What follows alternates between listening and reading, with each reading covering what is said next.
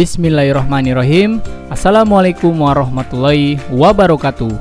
Sebelum memulai pembelajaran hari ini, mari sama-sama kita berdoa. Semoga apa yang kita pelajari dapat bermanfaat untuk kita semua dan kalian selalu diberikan kemudahan oleh Allah Subhanahu wa Ta'ala. Berdoa dimulai. Mari kita mulai.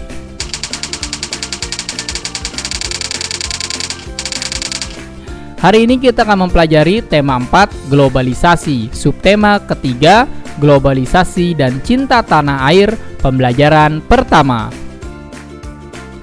Pertama kita akan mempelajari muatan IPS tentang kerjasama negara anggota ASEAN dalam IPTEK, ilmu pengetahuan dan teknologi. Beberapa bentuk kerjasama dalam bidang ilmu pengetahuan dan teknologi antara lain sebagai berikut.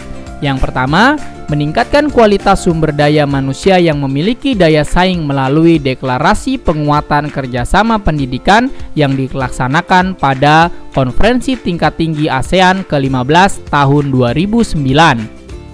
Yang kedua, kerjasama yang bertujuan untuk meningkatkan jumlah tenaga ahli yang memiliki keahlian di bidang ilmu pengetahuan dengan pemberian bantuan kepada para ahli untuk mengembangkan berbagai temuan dan riset yang bermanfaat. Yang ketiga, kerjasama yang bertujuan untuk melakukan pertukaran pelajar antar negara dalam program Mobility serta ASEAN University Network yang memberikan informasi mengenai universitas-universitas terbaik di ASEAN. Berikutnya yaitu muatan bahasa Indonesia tentang menemukan informasi penting berdasarkan struktur teks eksplanasi. Struktur teks eksplanasi meliputi pernyataan umum, deret penjelas, dan juga simpulan. Pernyataan umum membuat topik atau permasalahan yang dibahas dalam teks. Deret penjelas berisi pernyataan pendukung, fakta, dan juga informasi-informasi yang mendukung topik utama. Simpulan berisi hasil akhir dari uraian yang disampaikan pada bagian pernyataan umum dan juga deret penjelas. Bacalah teks tersebut dengan seksama. Helikopter adalah pesawat udara yang lebih berat dari udara, bersayap putar yang rotornya digerakkan oleh mesin. Helikopter merupakan pesawat udara yang mengangkat dan terdorong oleh satu atau lebih rotor atau propeller horizontal besar. Helikopter diklasifikasikan sebagai pesawat bersayap putar untuk membedakannya dari pesawat bersayap tetap biasa lainnya. Dibandingkan dengan pesawat bersayap tetap, helikopter lebih kompleks dan lebih mahal untuk dibeli dan dioperasikan. Lumayan lambat, memiliki jarak jelajah dekat, dan muatan yang terbatas. Sedangkan keuntungannya adalah gerakan helikopter mampu terbang di tempat mundur dan lepas landas dan mendarat secara vertikal. Terbatas dalam fasilitas penambahan bahan bakar dan beban atau ketinggian. Helikopter dapat terbang ke lokasi manapun dan darat dimanapun dengan lapangan sebesar rotor dan setengah diameter. Landasan helikopter disebut helipad. Pada dasarnya, prinsip dasar terbang dari pesawat bersayap tetap atau fixed wing dengan helikopter yang dikenal juga pesawat bersayap putar adalah sama.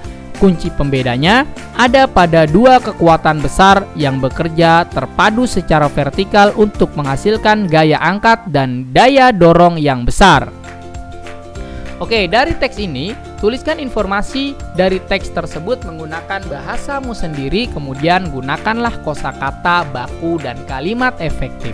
Kita bisa buat di paragraf pertama, yaitu tentang pernyataan umum, paragraf kedua, yaitu tentang deret penjelas, dan paragraf ketiga tentang kesimpulan. Ayo, gunakanlah bahasamu sendiri. Bisa kalian pause video ini, kemudian carilah informasinya. Muatan berikutnya yaitu IPA tentang menjelaskan sumber energi alternatif penghasil energi listrik. Energi alternatif merupakan energi yang berasal dari alam. Sumber energi alternatif ada yang di alam jumlahnya tak terbatas atau memiliki jangka waktu habis yang lama. Contoh sumber energi alternatif antara lain adalah sinar matahari, arus air, angin, ombak laut, kotoran ternak, limbah pertanian, dan panas bumi. Selain PLTA, jenis pembangkit listrik yang juga dikembangkan adalah pembangkit listrik tenaga surya atau PLTS. PLTS menggunakan sumber energi yang berasal dari sinar matahari. Peralatan yang digunakan berupa panel surya, yaitu sebuah alat berbentuk lempengan logam yang mampu mengubah energi matahari menjadi energi listrik. Lempengan logam dirakit dengan jumlah yang banyak dan saling terhubung. Semakin banyak logam rakitan, semakin besar energi listrik yang dihasilkan. Perhatikan contoh gambar berikut. Ini adalah gambar dari panel surya yang terdapat di atap rumah, dan ini merupakan fungsinya. Jadi, rumah ini tidak menggunakan energi listrik yang langsung berasal dari pembangkit listrik, melainkan menggunakan energi alternatif yang berasal dari sinar matahari yang disimpan energinya oleh panel surya, lalu dihasilkan energi listrik yang bisa kita gunakan pada alat elektronik.